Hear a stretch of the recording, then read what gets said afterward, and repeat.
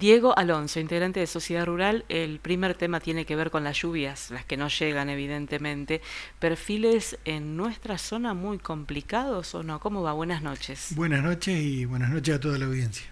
¿Estamos complicados? Muy complicado, porque creo que peor que en el año 2022, porque recordábamos ayer en una charla informal, así que en el 2022 había habido una lluviecita bastante generosa ahí en mayo, primeros días de junio, que este año no se dio, ya a fines de abril no llovió más, o sea que mayo, junio, julio, agosto, septiembre, muy pocas, fueron puntuales, ¿se acuerdan? En agosto alguna lluviecita por acá por Empalme, sí, pero muy 15 milímetros, 15 milímetros que no recomponen nada, y bueno, un daño que cada día que pasa se hace más irreparable.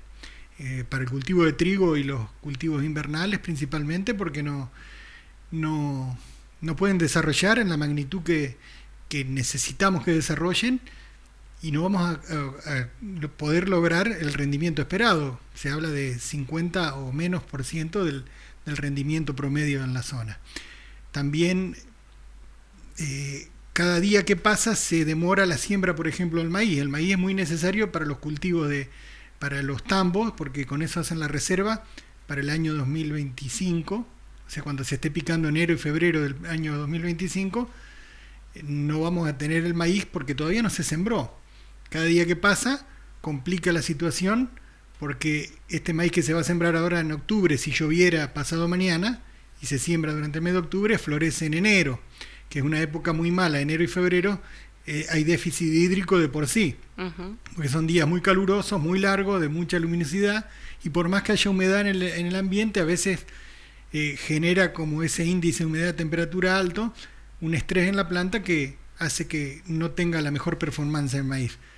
Y en medida que más demoramos en sembrar, empieza a aparecer el cuco de la chicharrita, y bueno, esperamos que este año no se dé, ojalá, y bueno, pero es más factible que ataque, porque las generaciones de chicharritas se van multiplicando y llegan a febrero o marzo con mayor cantidad de chicharritas, en la mayor población, entonces sería más dañino.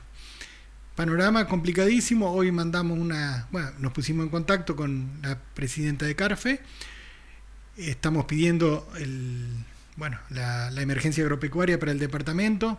Hablamos con la rural de Rafaela, van a hacer lo mismo con las rurales de su departamento, pedir para Castellano, pedir para, San Carlos también se acopla a nuestro pedido, la rural de San Carlos. Y bueno, lo mismo ocurre en el sur de la provincia de Santa Fe, y lo mismo ya fue, los 4 departamentos del norte ya fueron declarados en emergencia agropecuaria provincial. Recordemos que después la provincia eleva a la nación un pedido de homologar esta emergencia, y si la nación acepta, ahí tenemos los beneficios de los impuestos nacionales, que se dejarían automáticamente de pagar los anticipos de impuestos a la ganancia. ¿Y cree que puede pasar? Porque, por ejemplo, Córdoba incendiada no tuvo emergencias otorgadas a nivel nacional. Pero es otro tema, ¿sí? El tema de los incendios. Sí. Creo que la sequía existe, son zonas no productivas, son zonas de turismo. Bueno, hay que ver, me parece que hay un tema de cuidado de ver cuál fue la causa de los incendios realmente, y no declarar de por sí la emergencia para esos lugares. ¿Y es esta sequía lo que está motivando la suba de algunos productos derivados del trabajo del campo? Tengo información de que Uruguay y Brasil están prácticamente, sobre todo el norte de Uruguay y el sur de Brasil, que es la zona productiva parecida a la nuestra, están con una sequía semejante.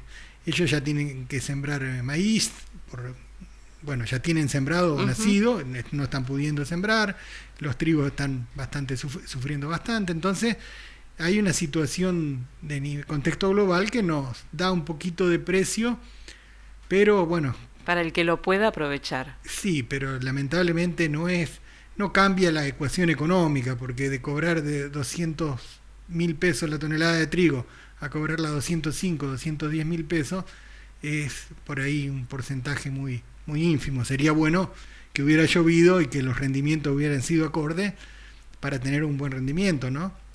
Con los costos hoy que tenemos, obviamente flete a puerto, fertilizantes subidos o comprados con los precios del año pasado. Recuerden que cuando se fue a sembrar el trigo estábamos con los precios de los fertilizantes puesto con el dólar de 1.500 o 1.600 previsto después de la devaluación, sí, que y hoy nunca está en ocurrió, 1.200. y hoy está en 1.200. Entonces sembramos con costos carísimos y vamos a cosechar con sequía y y precios de los productos normales.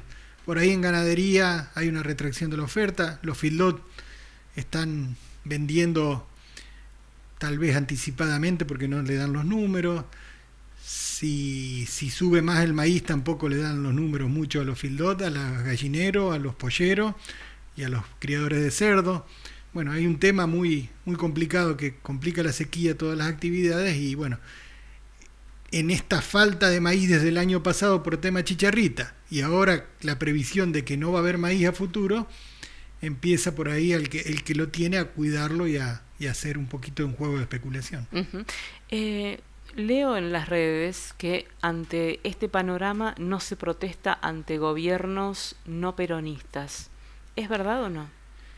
Tal vez se tiene un poquito más de paciencia, lo habíamos dicho en otra vez que vine, ¿no? Se tiene un poquito más de paciencia, teníamos mucha esperanza en este gobierno, creo que empezó a hacer parte de lo que debía hacer, ¿no? Acomodar la economía, poner los caballos adelante del carro y empezar a funcionar como se debe, sin emisión de dinero, sin déficit, parar la inflación, acomodar la macroeconomía, y después serán los momentos, creo, aunque mucho me pese, de empezar a tocar y acomodar áreas como puede ser la agropecuaria, sobre todo con el compromiso que tiene el presidente, que fue una campaña electoral, de decir vamos a sacar las retenciones porque ahogan al campo, y bueno, es así.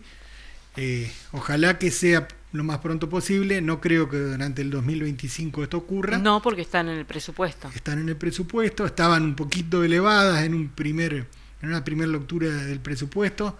O íbamos a producir más concretamente o subían las alícuotas. Bueno, después se explicó que estaban calculadas sobre una base inferior, entonces la subida daba como que era muy alta y pareciera que iban a subir las retenciones. Creo que no. Más que lo que hay, encima con un precio bajo, porque recuerden que el gobierno anterior teníamos la soja entre 550 y 600, ahí fluctuaba, ¿no? Ahora baja a $365, entonces el porcentaje que corta del precio relativamente al precio es mucho mayor. Entonces los productores empezamos a perder rentabilidad. Bueno, de hecho que la soja en estas zonas más marginales, no siendo Pergamino, no siendo zona núcleo, Elisa, María Luisa, Providencia, las lomas y bajo de Cululú, yo me estimo que ahí con 26, 27 quintales los productores están perdiendo plata. De cualquier manera esperamos una señal de lluvia y de gobierno. Hay que ser optimistas. ¿Y con la vacunación contra la aftosa cómo están? Bueno, se va a partir del 14, el lunes 14 empieza la campaña, la segunda campaña del año 2024. Ya está todo preparado, ya están las vacunas acá. El viernes a la tarde se le entrega a todos los vacunadores. Recordemos, la Fundación Las Colonias tiene un sistema que entrega a todos los vacunadores. ¿Cuántas dosis hay, perdón? En stock hay 600.000, pero la campaña se vacunarían alrededor de 300.000 cabezas. Solo los menores, esto es bueno aclararlo, para los productores que nos escuchan, se vacunan todas las categorías menos vacas y toros. Ahí recordemos que hubo una declaraciones que incluso yo lo había pasado en los medios, que nos iban a vacunar los novillos, categoría novillos 2 años más de 2 años. Senasa dio marcha atrás con esta exención de la vacunación y se vacuna todo, o sea, se vacuna todo menos vacas y toros. Por esta campaña, bueno, durante el 2025 la campaña seguiría igual, vacunando todas las categorías. Lo único que cambió, la exigencia de la vacunación, de las 2 vacunaciones a los terneros. Digamos, ahora se va a poder movilizar con una sola campaña, con una sola vacunación los terneros, que eso por ahí alivia un poco a los productores. Yo estimo que todas estas cuestiones de cambio en los juegos de la vacunación se deben a que el SENASA tiene buena información de que hay poca actividad viral. El SENASA tiene animales centinelas que no son vacunados y que se les saca sangre y se hacen pruebas de de actividad viral, obviamente, de virus suelto. Y esto está dando, aparentemente da muy bien. Por eso se iban a hacer esa exención de la vacunación de los novillos, y por eso se hace esta movilización, permitir la movilización de los terneros con una dosis. Así que creemos en el SENASA, que es una entidad que creo que trabaja bien, la necesitamos, que trabaje bien, que esté capacitada, que esté trabajando, y bueno, gracias a ese trabajo se realizan o se toman las decisiones sanitarias que se deben tomar. Y se arranca el lunes 14 de octubre. El lunes 14 tiene un costo de 1.750 por dosis aplicada, y aquellos productores que vacunaron durante el año pasado, la campaña pasada, y pagaron la totalidad de la vacuna, se acuerdan que durante la campaña pasada bajó el precio, Biogénesis bajó el precio, la puso en 1.100.